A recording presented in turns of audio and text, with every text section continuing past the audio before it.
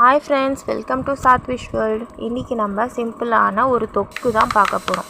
காரசாரமான யம்மியான ஒரு தொக்கு. என்னென்னா மாங்காய் தொக்கு தான் பார்க்க போகிறோம். அதுக்கு ஒரு கடாய் வச்சுக்கோங்க. அதில் கொஞ்சம் நல்லெண்ணெய் சேர்த்துக்கோங்க. கொஞ்சம் கடுகு போட்டு நல்லா வெடிக்க விட்டுக்கோங்க. நல்லா அது வெடித்ததுக்கப்புறம் ஒரு மாங்காய், பெரிய சைஸ் மாங்காய் எடுத்து தோலோடு நான் திருவி வச்சுருக்கேன். உங்களுக்கு தோல் வேணான்னா தோலை எடுத்துகிட்டு திருவி வச்சுக்கோங்க. அந்த துருவி வச்ச மாங்காவை என்ன பண்ணணுன்னா அதோடு சேர்த்து ஆட் பண்ணிக்கோங்க. ஆட் பண்ணிவிட்டு நல்லா வதக்கிக்கோங்க.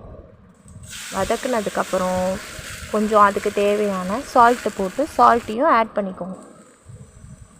அதுக்கப்புறம் அதுக்கு ஏற்ற மாதிரி காரம், உப்பு எல்லாமே நம்ம ஆட் பண்ண போகிறோம்.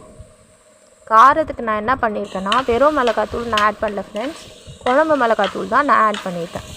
எவ்வளோ காரம் தேவையோ அதுக்கேற்ற மாதிரி குழம்பு மிளகாத்தூள் கொஞ்சம் ஆட் பண்ணிக்கோங்க. நல்லா வதக்கிக்கோங்க. அது நல்லா வதக்கிட்டு அந்த எண்ணெய் பிரிஞ்சு வரும்.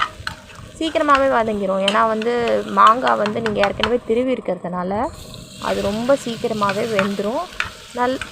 கொஞ்சம் சீக்கிரமாகவே அந்த எண்ணெயும் பிரிஞ்சு வரும். பிரிஞ்சு வந்துடுச்சு பார்த்தீங்களா? எவ்வளோ அழகாக இருக்குது பார்த்தீங்களா? அதை பார்க்கவே சாப்பிடணும் போல் இருக்குது ஃப்ரெண்ட்ஸ். அதுக்கப்புறம் என்ன பண்ணுங்கன்னா அவ்வளோதான்.